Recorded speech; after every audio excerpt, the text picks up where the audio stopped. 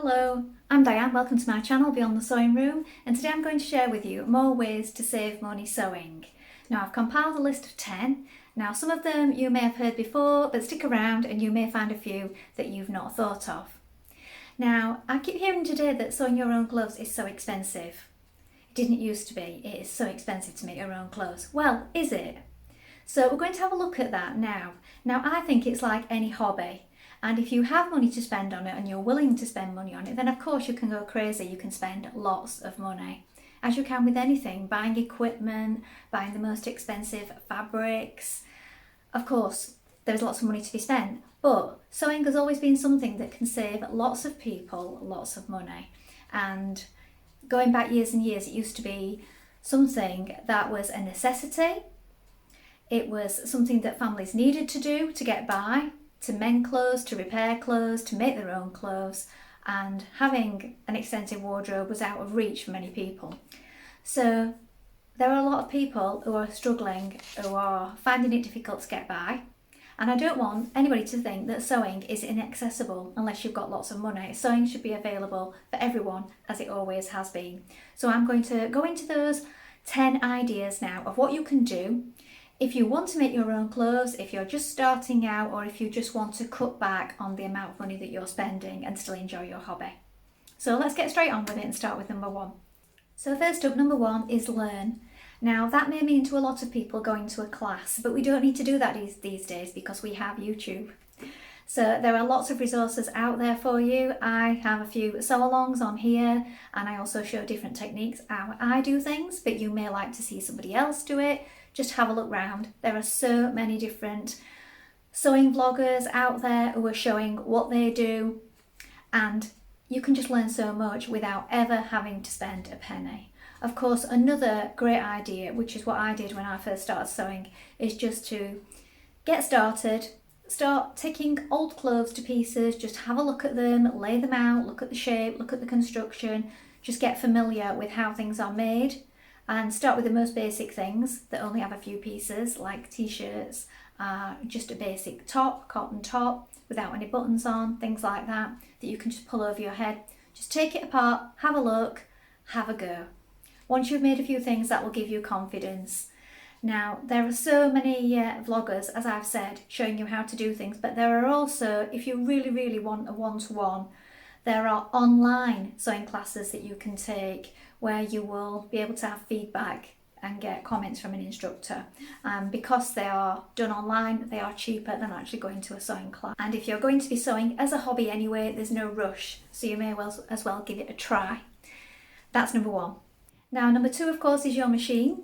You will of course need a sewing machine. I would suggest shopping around. Now we have Facebook Marketplace, we have eBay, lots of other online selling platforms that we can have a look at.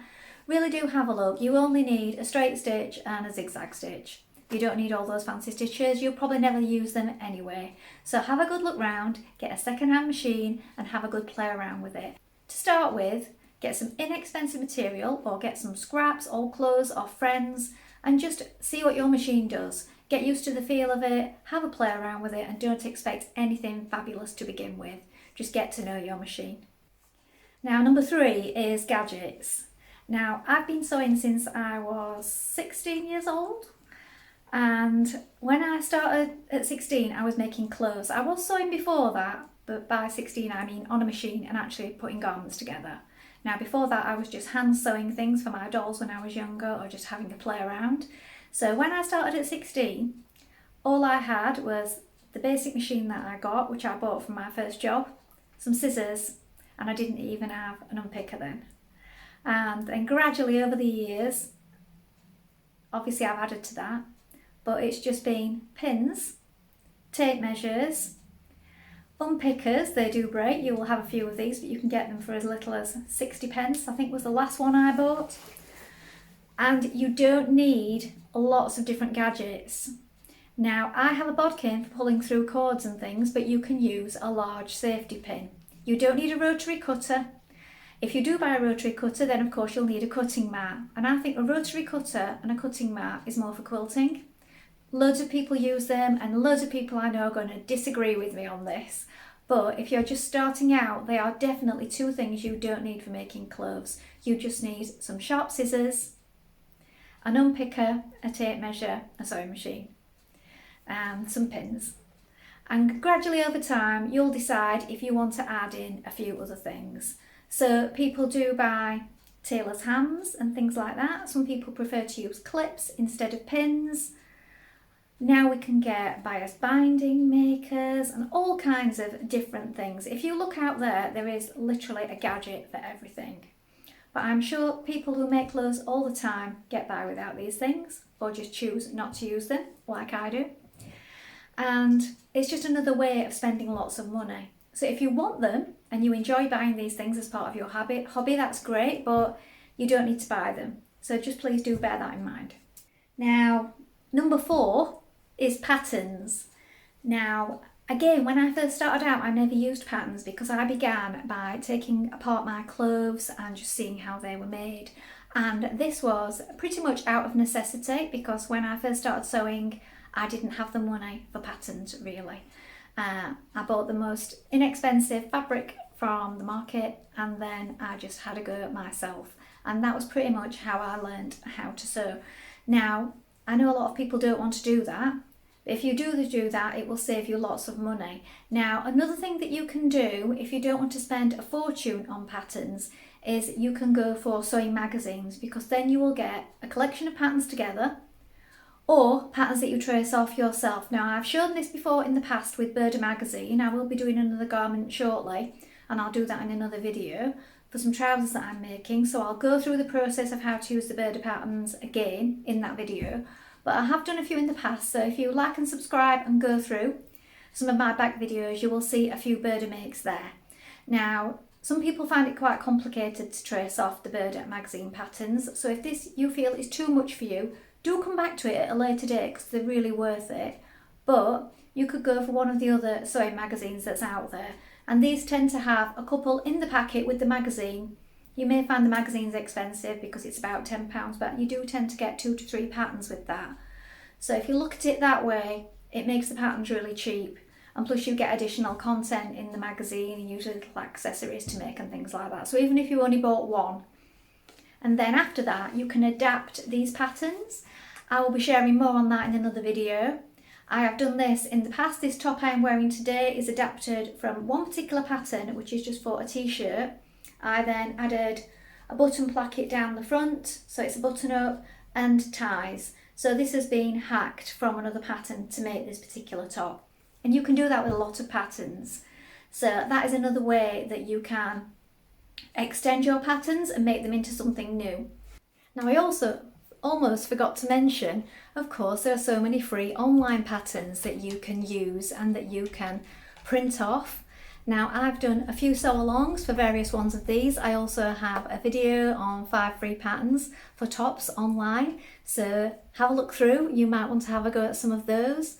So these are completely free. You just need to usually add in your email so that you can join and then you get to print them off all completely free. So don't forget to have a look at those. You can find them for all different kinds of things. Not just tops, dresses, trousers, jumpsuits. There are just so many out there. Of course, you will need to have access to a printer and of course paper for these. So that is just one thing to bear in mind. But if you're tracing them off from a friend, I would suggest using a baking paper or something like that. Don't buy expensive pattern tracing paper.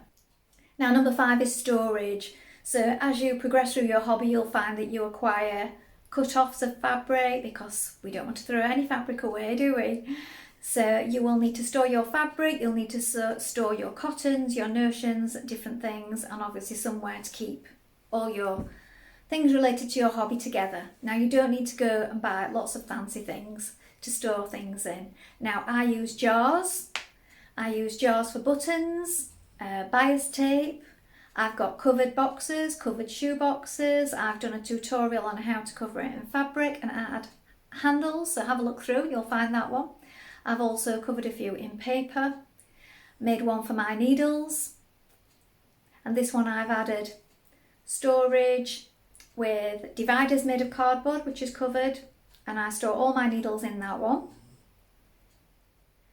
Then you can use chests of drawers that you already have. So if you have ones that you keep your clothes in, you could maybe just have the bottom drawer for keeping offcuts of fabric and maybe a box and a few things in there if you're short on space. So you don't need to look into buying all these specially marked tins and specially marked boxes just for your sewing equipment. You can use what you already have, scraps of fabric and paper, cover them, make them look nice if that's what you want, or just use existing furniture. Now, number 6 is fabric. Now, of course, depending on what fabric you buy, it can be really expensive, but you can still find sources of inexpensive fabric out there. Now, the first thing I would suggest you do is go to charity shops. So you're not looking for the clothes, you're looking for the fabric. So look on all the rails in all sizes, and ideally look at bigger, fuller dresses, ideally with gathered waists. And this is a great source of fabric to practice on or to make clothes that you really want from, because you'll spot some really amazing prints that way. Don't just stop there, have a look at the sheets and the duvet sections and things like that, because duvet covers, sometimes you take them home, you give them a boil wash, they'll be absolutely fine, and they're great for getting a large amount of fabric. Now, fabric in this way is probably one of the cheapest ways of getting it. You'll also get buttons and zips and all the notions of things that way, which you can store away for later projects. So I'll be coming back to this in a moment, but back on the charity shops, all charity shops have outlets within the city where it gets moved along and eventually ends up at something like £1 or £2, because they want to get rid of it before it goes to scrap. So find out where these discount charity shops are, because you're looking not just for the clothes, you're looking for fabric to make things from. So have a look, and then you'll be able to get whole garments for £1 or £2, and that way you'll get buttons, zips, fabric, and you can take it home, take it apart, and start making something that you really want. That's the first way. The next way is to look at inexpensive sources of fabric online and in shops. Look at the fabric content, but do bear in mind that sometimes even when you spend a lot of money on clothes, it's still not natural fibres. So try not to be too precious about this. Unless you really want natural fibres, obviously you are going to pay more for that, but a lot of expensive clothes are not made of very high quality fabric, so that's just something to think about. So number 7 is rather double-sided, because it's either avoid trends or copy trends. So by avoid trends, I mean sort of trends in the sewing world that you feel like you've got to be a part of. So if it's a particular indie pattern that costs quite a lot of money, don't feel like you've got to go and buy that pattern just to be a part of it. So you could have a look at what it is they're making and just make something very similar yourself without buying that very expensive pattern. Again, if you've got the money to spend on it, I'm not saying don't spend on it, but I'm talking about if you're wanting to save money or if you're sewing out of necessity. So you can look at things, you can draw a diagram of it, think of the patterns you've already got, what details can you add. So in this way, we're not avoiding it, we're copying it. And you can also do that with store-bought clothes. If you see something in a magazine or in a shop, take a mental note or even a picture on your phone, and then come back to it and have a look and think about ways that you can recreate that. So this particular top that I'm coming back to again was one that I saw on the Cezanne website, and I was just looking through because sometimes it's nice to get ideas, and it was in a red, it was this exact shape and style, but it was in a crepe. I didn't buy this fabric, I had it left over from another project, and mine is in jersey, but it was the look that I liked of it and I liked the colour. So that's what I've done, that's what I've recreated. So you could do the same. So recreate, either decide you're not going to copy that trend, you're going to do something completely of your own, because that's what sewing's all about, or have a go at copying it in a way that doesn't require buying expensive fabric and expensive patterns. So number 8 is to reuse and recycle and reinvent everything. So again, coming back to reusing your clothes. So have you got clothes that you don't like anymore, but you still like the fabric? Can you make them into something else? Can you use just part of them? Could you just use the sleeves? Have a good look and a good think. Roll them up maybe, put them away, and as you get better, you'll find that you can come back to these. Again, as I said before, you can reuse the buttons and the zips and various elements of most things. So please do. Even if you don't want to sit unpicking them at the moment, just roll up the garment nice and tightly and pack it away. You may find that you need that zip or those buttons in future.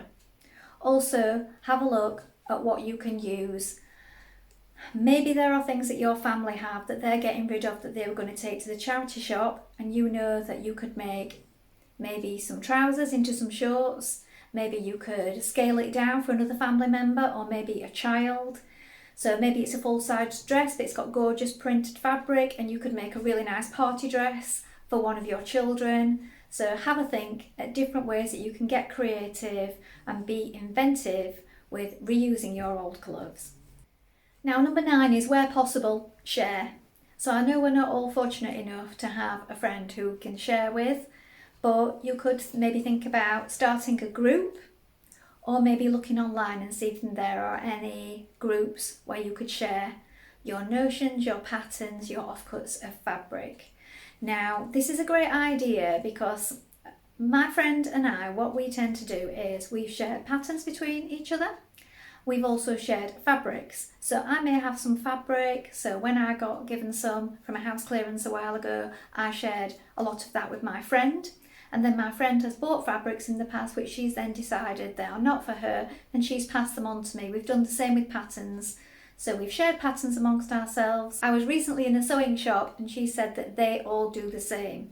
So all the ladies that sew will not cut out a pattern, they trace it because they know they're going to share it amongst themselves. So that's a really good way of saving money on patterns.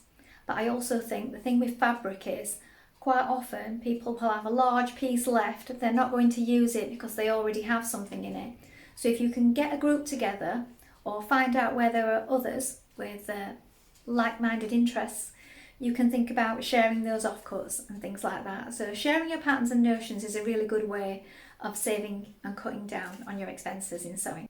And number 10 is just to love and treasure what you make. Be an individual about it. Don't be worried about what other people are wearing. Just love what you make. Make what you like to wear. That is really important. If you go down the road of making trends, you may find that you don't wear it and then you have wasted your money.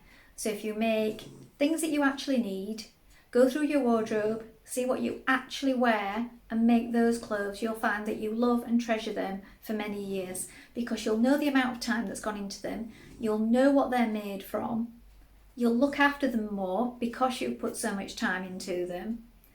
So they will last you longer because you'll take care with the whole process of washing and caring for them and storing them.